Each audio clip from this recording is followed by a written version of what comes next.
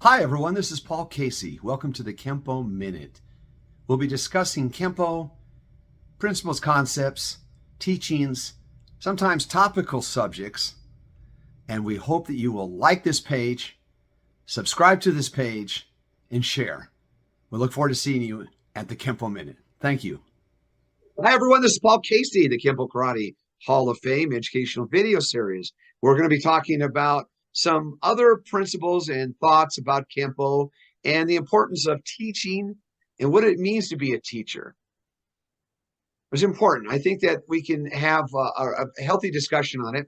It's always good to reflect and to review and to see if there's ways of improvement on what we're doing with our students, what we're doing for the community, and what are we doing for ourselves. In the past, we've talked about creating perfect moments. With me today is Zachary Carter. Zachary is a 5th degree black belt in Kenpo Karate and one of my favorite people. He's trained with Trejo's school in Pasadena as well now at Parker System. And he's been with me a long time, actually.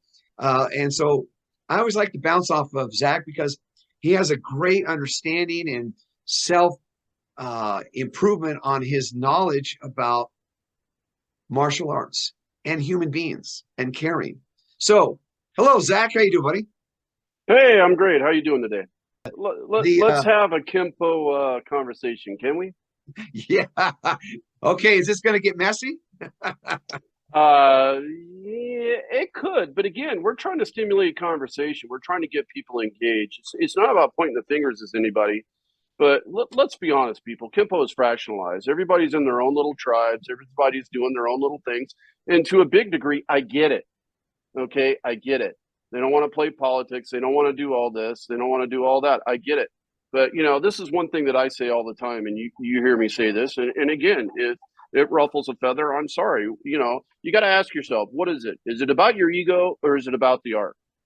Okay, if you're doing something that's feeding your ego, then it ain't about the art so much. It's about your ego. Okay, if you're doing something about the art, then you will cross or make bridges. You will develop communication. Okay, you will strive to be better. Just because you and I disagree, and folks, let's face it, Paul and I disagree all the time, but we have communication and we find a common ground and we move forward. That's the important thing. Okay, so what are we going to talk about in this conversation? Are we going to talk about what it is to be a senior in American Kenpo Karate? Or are we going to talk about what I posted the other day on Kenpo Karate Online, which is a page to promote Kenpo Karate and its sister arts, Lima Lama, Kaiju Kenpo, Tracy Kenpo, and all the other various forms out there. I posted, what does it take to be a 10th degree in Kenpo Karate? So we have seniors and we have leaders. Are they the same thing or are they not? Well, let's define what a 10th degree. You have to go through ranks. Some arts don't even recognize that level. Mr. Parker did. If you go to his writings, actually the original IKKA Constitution, when he wrote back in 1962, he actually had it laid out for a 10th degree. And at the time, he was a 6th degree. And he saw that. And, the purpose is not the color of the car, but the functionality of the car. And the purpose of the car be able to be your needs and what your important things you might need to get it to travel, to go to work, to take your children to school. It might be just a leisure vehicle for you. So, well, I have one for you. I was reading an article. I was reading an article yesterday about a Taekwondo master that has now given himself an 11th degree, and his title is Dr. Supreme Grandmaster. Come on, guys. Come on. Well, we have that in our art too. Yeah, I've seen it.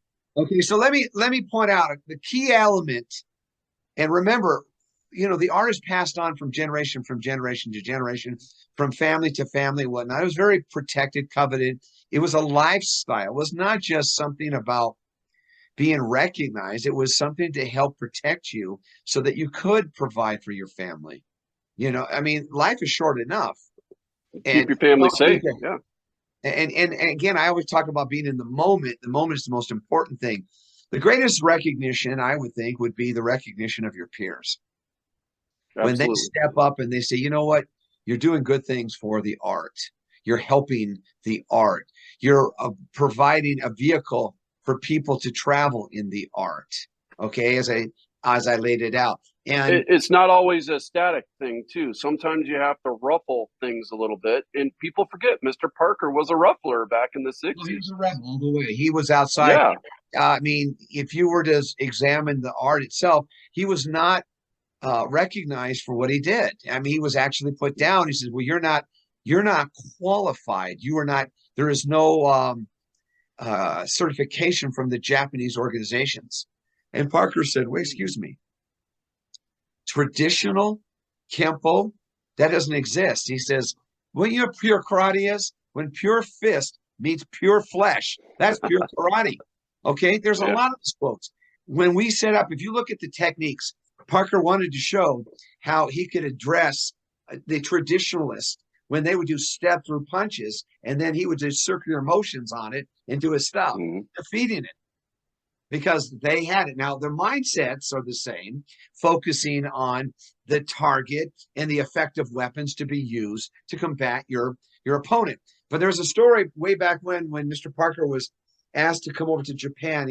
I'm going to leave people nameless because that's always the safest bet.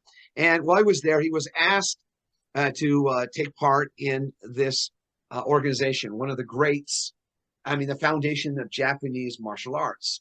And they had a level of like a pagoda, and where they would have different levels where you would go to when you earned. And that's sort of the ranking system as they attributed. And he was taken to the top. And when it was in the conversation, the comment was, "Oh, we just learned something new." He says that if when we raised up and we hit down on it, the acceleration of the strike was amplified by gravity. And Parker says, "I'm glad you're catching up with us. We've been ahead of you for about 20 years." Needless to say, that conversation has never been shared, but I'm sharing it with because it was shared with me. Parker was brilliant. Brilliant. The key factor, though, for anything to be recognized is that your peers recognize. And we've gone through an educational process in our life, and everybody, I would like to think, had the opportunity to go to elementary school. Some stopped there. Some went on to junior high. Then you went to high school, and that was it. And we sometimes provide now the GED, a general education diploma, where you take a test and it's the equivalent of a high school diploma. All right. My grandparents instilled in me the importance of an education. My father said to me, "Son, they can never take that away from you. Everything else can be taken, but they can't take that." So in my pursuit, was always the chase, the hunt, not the kill. And I feel good about this, that I pursued and took the direction of my grandparents, my father, my aunt and uncle, which were educators, and I have numerous educational degrees from Well, colleges and graduate. let me interrupt real quick. Let's examine that for a second. Both of us come from education. Both of us come from highly educated families. I have many doctors in my family. You, of course, and many people don't know this. You're a lawyer. You have law degrees. You have a PhD. Okay, I was educated in the hotel management and marketing. Okay, and I also dabbled quite a bit in philosophy and history and so forth. Okay, education is very dynamic and important. But I have a saying, and I know you've heard me say this. You know, true mastery. A true master is an ever vigilant student. And what does that mean? That encompasses you're always have an open mind. You know, we like to use the cup reference. You know, empty your cup a little bit. You always have an open mind to learn something, and this is what these podcasts are about. This is about learning something. So we may say something that might piss you off. I'll be blunt. You know, but we're trying to engage you. We're trying to draw you into conversations, and what we're talking about today can be controversial. We're talking about what it is to be a senior, what it is to be a 10th degree black belt, what it is to be a leader. Okay, are they the same or are they different? So if you feel like you want to ask us a question, or you feel you want to put your 2 cents in, take a minute. If we piss you off or we say something that resonates with you, whatever it is, take a minute, think about it for a second, remove your emotion from it, and then ask. Okay, we're trying to engage you. Okay, we're trying to bring our art together. Now, we can't bring everybody and get everybody on the same page. It's impossible. But, what is it about? Is it about your ego? Is it about the art? So I just wanted to interject that in there real quick. Sorry. I think the most important thing is to have the interest and desire to better yourself. Absolutely. And that is a process in your life. Remember, as we age, our physical abilities start to diminish only because of limitations of aging process. We can minimize that by continuing to train and to choose wisely on our actions. The young tiger is so full of piss and vinegar, so to speak, and he's out there to prove himself. And I always remember the story Frank told me once. He said about the lions were up on the hill and they were looking down, and the young lion says, "Why don't we run down and get some baby lions?" And the older lion says, "Why don't we walk and get them all?" You toned that down quite a bit. Thank you. I did. I have to. I want to make sure it doesn't come back to haunt me. You know what I mean? But the point is the key factor is the teachers and the lessons to be learned, and that you ask yourself, why do we do this? You should question that, because if you don't, you're going to drive around in a Model A car, and that's probably not the most efficient car to be driving. You should never stop learning.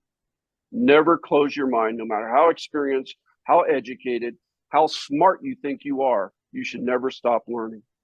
Because if you do, then I'm sorry, your ego or something else is getting in your way. You need to just let that go. Okay? I have a list of leadership qualities I think that are important. Remember, recognition should come from an accredited body. That means you meet the criteria that the governing bodies say, you know what, this school is legit. Okay. Okay. So does that mean if you're taking rank for someone that you never actually worked out with, that is not accredited? Well, you got to back it up. We're the only profession that you don't need to be licensed. It's just you just get in there and you go and you comply with the local health, codes, and have insurance, and that's about it. The quality of it depends on the students and learning, and they say, aha, there's a Big dojo. Yeah. And let's be honest. Let's be honest, folks. If I have to pay $1,000 for a stripe, okay, and then that's all I have to do. I don't have to execute techniques. I don't have to talk about the system as Mr. Parker wanted it defined. I don't have to do anything. How much value is that stripe? Now, it looks good when I'm out there in the public or at seminars or at karate tournaments, but what value is it, really? Well, do you have $1,000 you can lend me? You need a stripe? It's like, wow. Well, that goes back to something else, but I just want to finish up on the idea. When I say accredited, time proves everything. Eventually, the truth comes out.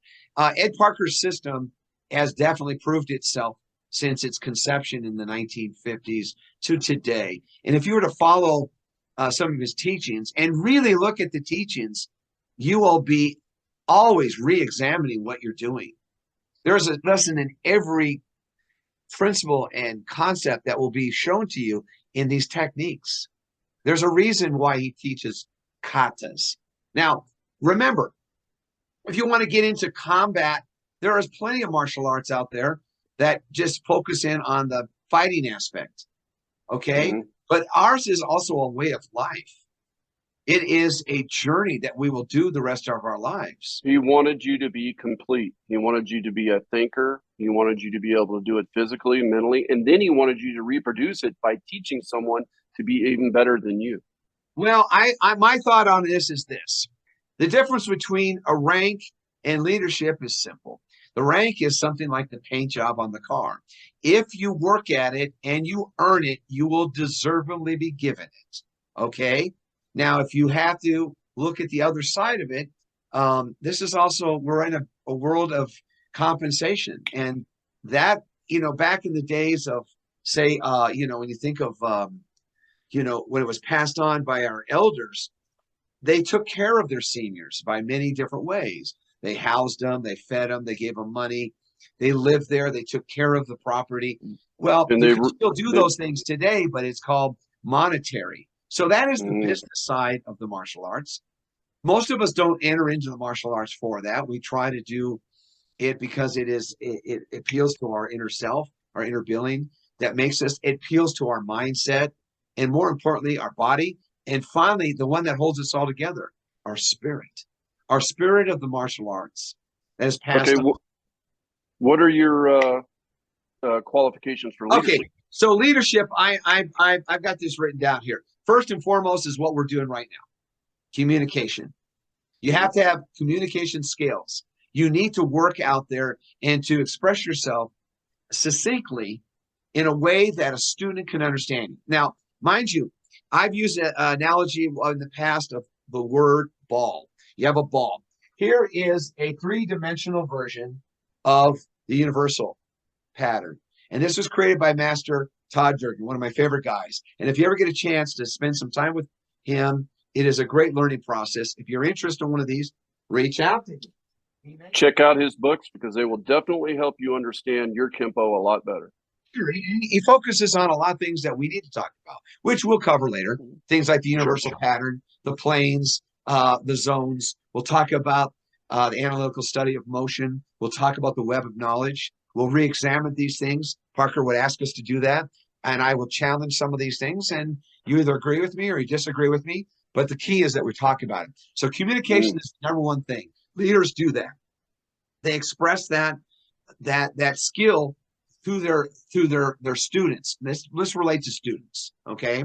So a teacher will do that, and they understand. Let me share this with you. If you don't understand it this way, let me communicate it a different way, okay? Now, say hypothetically, there's 5 people in the room. One speaks Spanish, the other one speaks Greek, other one speaks Latin, one speaks Cantonese, other speaks doesn't speak. It's a mute, okay? They all look at this figure, okay? And we'll call it a ball.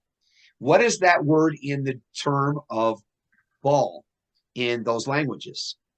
They're all different, but they represent the same item. What is the most common language that is spoken in the world? Do you know? Language of love. No, truly. What would you think? Well, true love would be a good, important intent mindset, but this is not that. This is not what you want, but the most common language spoken in the universe would be mathematics, actually. That's if you speak mathematics, okay? Yeah, that's true. But that is more or less, is that intangible or is it intangible? That's a rabbit hole we can go into some other time. Okay.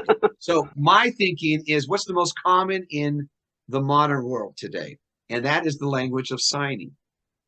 Because signing is important, because we've used that communication. It is in every language they learn to sign. I know what you're talking about. Okay? Yeah. So if I'm signing to you and I'm an American, I speak English, and you speak German, and you don't speak English, I can sign. If you know how to sign, we'll be able to talk verbally through our hand gestures. Great example of that is of that technique used in animals with chimpanzees. And they can communicate. And apes, they'll tell you that they're happy, they're sad, they're hungry, whatever. Okay? So that's a good example of that. That would be one of my qualities that I said. The other ones would be knowing your student. And what that means, Sun Tzu said, you must know, if you know yourself and you know your student, you will always be successful. All right? If you know yourself, but you don't know your student, you'll only be 50% successful. And if you don't know yourself and you don't know your student, you're going to lose every time.